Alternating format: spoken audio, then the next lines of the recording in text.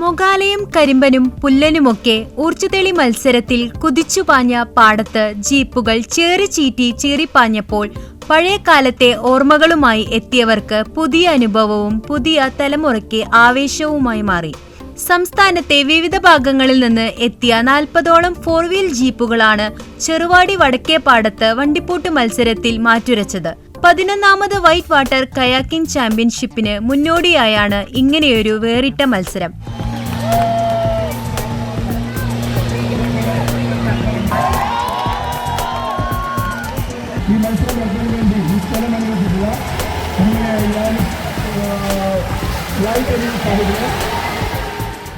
Malabar revel ഫെസ്റ്റിന് വിളംബരമായിട്ടാണ് ചെറുവാടിയിൽ നിന്ന് ഈ പദ്ധതി അരങ്ങേറുന്നത്.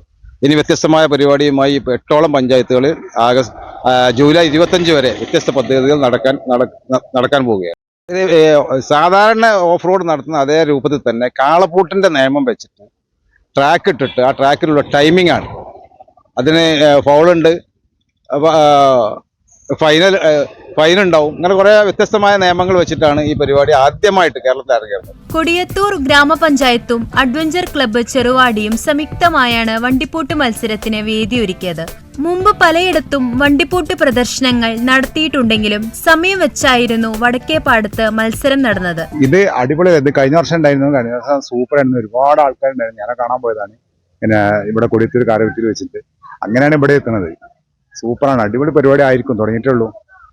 കാളപൂട്ടിന് എല്ലാ കാളപൂട്ടിനും പോകണം. പക്ഷെ കാളപൂട്ടായിട്ട് ഒരുപാട് വ്യത്യാസമായിരിക്കും ഈ വണ്ടിപ്പൂട്ട് എന്ന് പറഞ്ഞാൽ. വണ്ടിപ്പൂട്ട് നമ്മള് അങ്ങനെ കാണുന്നതല്ലോ.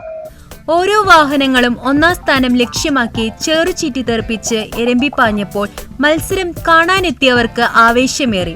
ഓരോ ഡ്രൈവർമാരും ഏറെ വീറും വാശിയോടെയുമാണ് മത്സരത്തിൽ പങ്കെടുത്തത്. കാളപ്പൂട്ടും ഊർച്ചുതെളിയും ഇല്ലാതാവുന്ന ഈ കാലത്ത് കാലത്തിനൊത്ത ഇത്തരം വണ്ടിപ്പൂട്ട് മത്സരങ്ങളാവും ഇനിയുള്ള തലമുറയ്ക്ക് കാണാൻ സാധിക്കുക എന്നാണ് സംഘാടകർ പറയുന്നത്. മലബാർ പ്രദേശത്ത് ആദ്യമായി നടത്തുന്ന മത്സരം തുടർ വർഷങ്ങളിൽ കൂടുതൽ മികവുറ്റ രീതിയിലൂടെ നടത്താൻ കഴിയുമെന്ന പ്രതീക്ഷയും സംഘാടകർ പങ്കുവച്ചു. ETV ഭാരത്, കോഴിക്കോട്.